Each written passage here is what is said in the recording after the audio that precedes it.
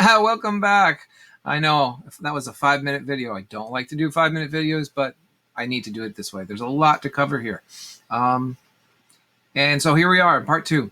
So I'm going to go in the sky, fill in this sky. And I'm not going to worry about the tree or the grass too much because I just want it. Now, I could have done this first and just filled the whole thing blue. That would have been good. That would have given me the blue background that I wanted. But this gives me a chance to show you about the layers. So layers right here. So I'm going to go back to my select tool.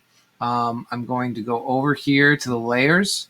And look, every mark I made makes a new layer. So I am going to, the last thing I did was the 4 paintbrush marks, which was the sky.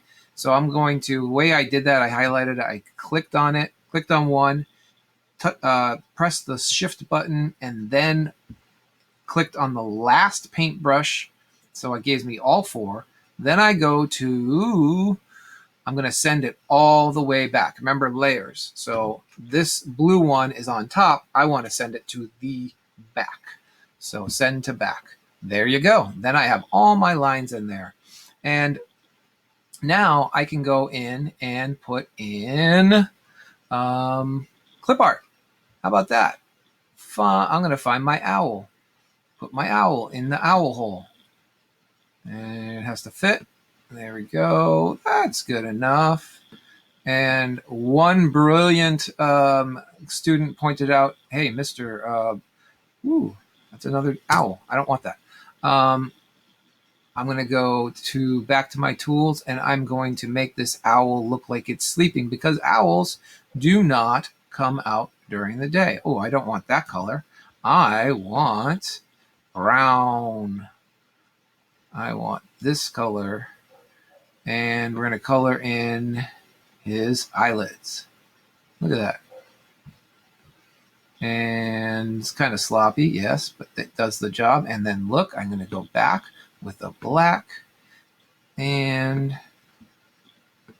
whoop, too fast. There and there. Now he's sleeping. Anyway, you get it. You can put whatever details you want in here. You can go back to the clip art. You can choose, as long as you draw the tree and the sky and the grass, you're good to go. And you can put in whatever else is appropriate for school into this drawing. So I'm going to choose another one. I'm going to put a hot dog.